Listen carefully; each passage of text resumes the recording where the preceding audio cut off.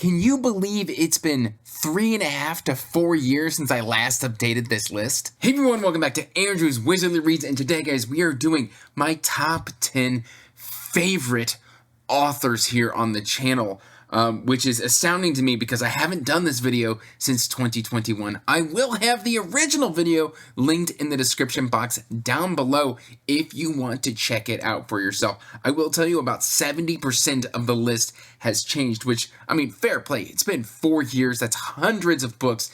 Probably over 100 new authors to me in that time frame. Maybe, I don't know, I'm not counting, but it's wild how much my reading tastes and my favorite authors has changed and how much this list has changed. I still stand by the authors in that original video being amazing, amazing authors, and honestly, they're probably in my top 20 or 30 still, but I'm so much more well-read since then, but I do have 3 that carried over. Before we jump into the list, though, do me a favor, like this video and subscribe to the channel, as it does help the channel grow, and you can check the description box down below for links to all my social media, including information about my Patreon, the Discord. It's all there for you to check out. And so I think without any further mucking about, we should just jump right in. Now, we're going to go to the honorable mention first. Honorable mention because I've only read 2 books by this author in one particular series. Well, and I've read a short story of theirs as well, and I've loved every single word that I've read from this author. Like, if there was an author that could write to my soul, I feel like it's this author, and they have a new book dropping in a new series this year. That book is called Strange and Sundry Magic, and that author is Cal Black. And, I mean, I resonate with Cal Black's writing. This is a fantasy western. This is No Land for Heroes. And I just love Millie. I love the world that we find ourselves in. The writing just speaks to me. When Cal Black writes, my soul sings. I think that's the only way I can accurately describe how I feel about Cal Black's writing. So it is not a far stretch to say that Strange and Sundry Magic is one of my most anticipated books of the year. I've been waiting for this book for so long, and I cannot wait to have it in my hands. So honorable mention, Cal Black, because she is just amazing. She's such an amazing, amazing writer. Then we're going to get into the 3 that are still here. They've weathered the test of time since 2021. That is, of course, Tad Williams starting out the list. I love Tad Williams. I've read more Tad Williams since I made my first video, and Tad Williams just writes so amazingly well. This is one of my favorite books of all time. This is Otherland, and it's called City of Golden Shadow. That's what it's called. It's one of my favorite sci-fi books of all time. It blends fantasy. It was so far-seeing. This was written in like the 90s, and it anticipated a whole bunch of stuff that is happening today. This book is awesome, and I mean, Tad Williams as a writer, like I just recently read Tail Chaser's Song for the first time. I read the rest of this series for the first time. I'm getting ready to read Shadow March. I'm looking forward to The Last King of Ostenard. Tad Williams has just been a favorite writer of mine for decades at this point, so it's no surprise to me that that he makes this list. He is incapable of writing a trilogy. All of his trilogies have 4 books, and at this point I think it's just a running joke. But man, like, Tad Williams is such an amazing, amazing writer. He writes fantasy, he writes sci-fi, he writes books from cats' POVs. It's just fantastic, fantastic stuff. And then also returning to the list, I didn't know if they'd make a return to the list. We've got Robin Hobb.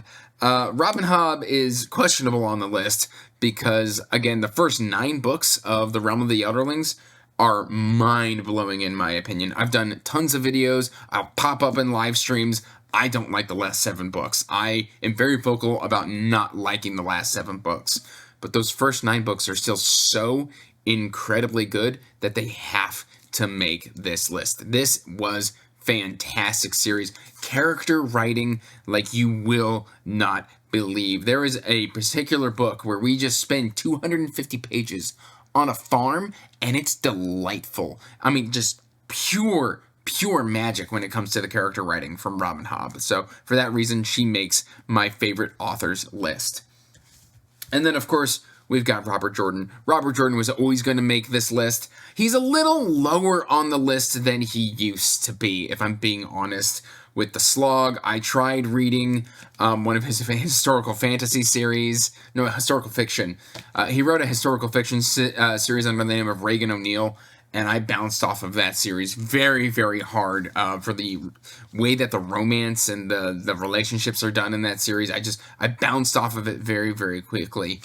And, I mean, just between the release of the live-action TV show, which isn't Robert Jordan's fault, and yet, like, The Wheel of Time is still one of my favorite series, and I still love Robert Jordan so incredibly much. But this used to be my number one, and I can definitively say I no longer have a number one, but he does still make my top 10. I love Robert Jordan for what he introduced me to, which is epic fantasy, all those years ago when I first picked up The Eye of the World in middle school. And, I mean, I've read this book, I think, 9 times, and I've got many, many more reads in me, hopefully, before I shuffle off this mortal coil. So, yes, I love Robert Jordan, and just the way he writes that band of characters leaving the two rivers. Oh, gorgeous world building and descriptions. They are just all-encompassing and fantastic, and for that reason, he makes this list. Now we come to the new authors. Surprising nobody, the new king of sci-fantasy or sci-fi, we've got Christopher Ruocchio. And frankly, we were on rocky ground when it comes to Empire of Silence. Empire of Silence is not my favorite book of all time. But when we get to Howling Dark, when we get to Demon in White, and then the absolute soul punch, I didn't say gut punch, I said soul punch, that is Kingdoms of Death and Ashes of Man. Christopher Ruocchio, for being as young of an author as he is, to come out with this absolute, I'm going to say, masterpiece of a series. Like, he has swept BookTube away. Like, I mean, it's just, everybody knows the name Christopher Ruocchio for good reason, because the man can just write, and he's such a kind and loving soul. I mean, just from the few interactions I've had with Christopher Ruocchio, the man is A, 6 times smarter than I am, and B, he's brilliant. And so for that reason, he makes my list. And just the physics and the characterizations and the world building and the conflict, and I'm going to air quotes magic system. It just works. Oh, Sun Eater, Christopher Ruocchio, fantastic.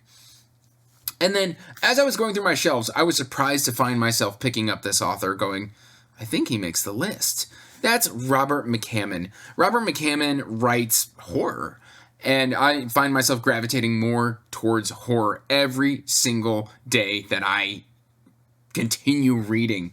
And part of that reason is Robert McCammon. He's got a whole backlist of books that I have still yet to explore. But between Boy's Life, the Matthew Corbett series, I recently, I did DNF Swan Song, and I've recently reacquired a new copy of Swan Song because I feel like I was being impulsive, and I am coming back to finish Swan Song because, frankly, I think Robert McCammon is such an amazing writer. The way he writes about life, the way he writes characterization, the way he does mystery and intrigue and thriller and horror, it all just resonates so incredibly well. And so for that reason, we've got Robert McCammon making my list, who was an author I didn't even know existed before I started BookTube. But an author that I did know existed before starting BookTube, and who I've since read about another 30 books from, is Stephen King. We've got The Green Mile. This is probably still my favorite Stephen King book. But man, like, when King hits, he hits hard. And when he misses hard. But I feel King hits more than he misses. And the way he just writes characterization, he writes small towns, he writes those horrific character moments, or deep personal struggles, struggles with addiction, struggles with captivity, struggles with horror. The man is just an absolute juggernaut of the horror genre, and for that reason, I have to include Stephen King on my list. I've read about 40 of this man's books, and I've got many, many more to go. And I'm very much looking forward to reading those adventures. Or I don't know if I want to say adventures from Stephen King, because they're not exactly, yay, adventures. They're more like, adventures. But yeah, we've got those, Stephen King making this list. A new addition, F. Paul Wilson. I am on my 4th book by this author, and let me tell you what, I have relished every single page. This is the first Repairman Jack book. Fantastic thriller. His side series, which is the Adversary Cycle, which this is also a part of, has been gripping and rewarding and fantastic. This man writes horror the way my brain loves to read it. It's got that just suspense thriller. There's not a lot that suspense thrill or that suspense element. It doesn't have a lot of blood and gore, but when it does have blood and gore, it's done really well. I mean, just The Keep. The Keep is probably one of my favorite books that I've read so far this year. It's still very early on in the year, but I could see that easily making my top 10 books of the year. So I am loving me some F. Paul Wilson, who is another author, again, I didn't even know existed before BookTube. Then we've got Ray Bradbury, an author I did know existed before BookTube, but I never took the time to read this man's work. And where this man shines is short story fiction. This man was a master storyteller. He could tell an entire story in just a few pages, and they are just masterpieces. And whether or not like it holds up, the science holds up, because he does a lot of sci-fi, he does horror, he does slice of life, all fantastic stuff that I've really enjoyed throughout the years, and I can't wait to get more. I keep buying up more and more of his works.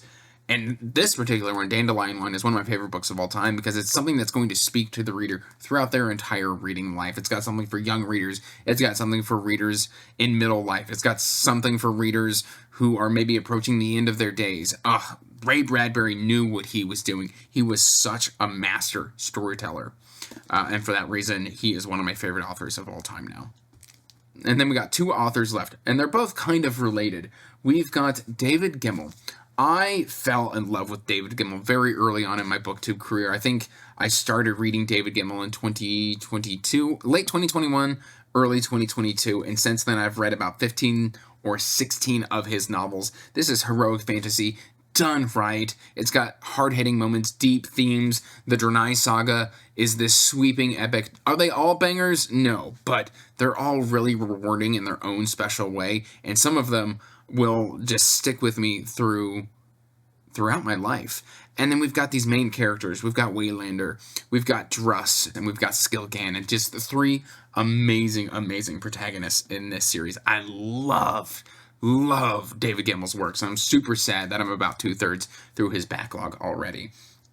And then this man was inspired by David Gemmell. Heck, you could say he's the successor to David Gemmell. We've got Anthony Ryan. And I just love reading Anthony Ryan's books. I've probably read close to 15 or 16 of his books at this point in time, if you include the 7 Swords books as books, because they're more novellas. But I'm loving Anthony Ryan's works. He writes character fantasy. He writes heroic fantasy. And when his character work, like his recent works have been closer to like Robin Hobb's style of character work, where it's just these deep character moments where they're these deep character studies. They take their time. There's not a whole lot of action. His earlier works were closer to like David Gemmell, where we've got more heroic fantasy with great character moments. Anthony Ryan is a fantastic author who I am very happy to have discovered in the intervening years. But guys, these are my top 10 favorite authors as of the beginning of 2025. There are so many other authors that I could have included here that I just really enjoy.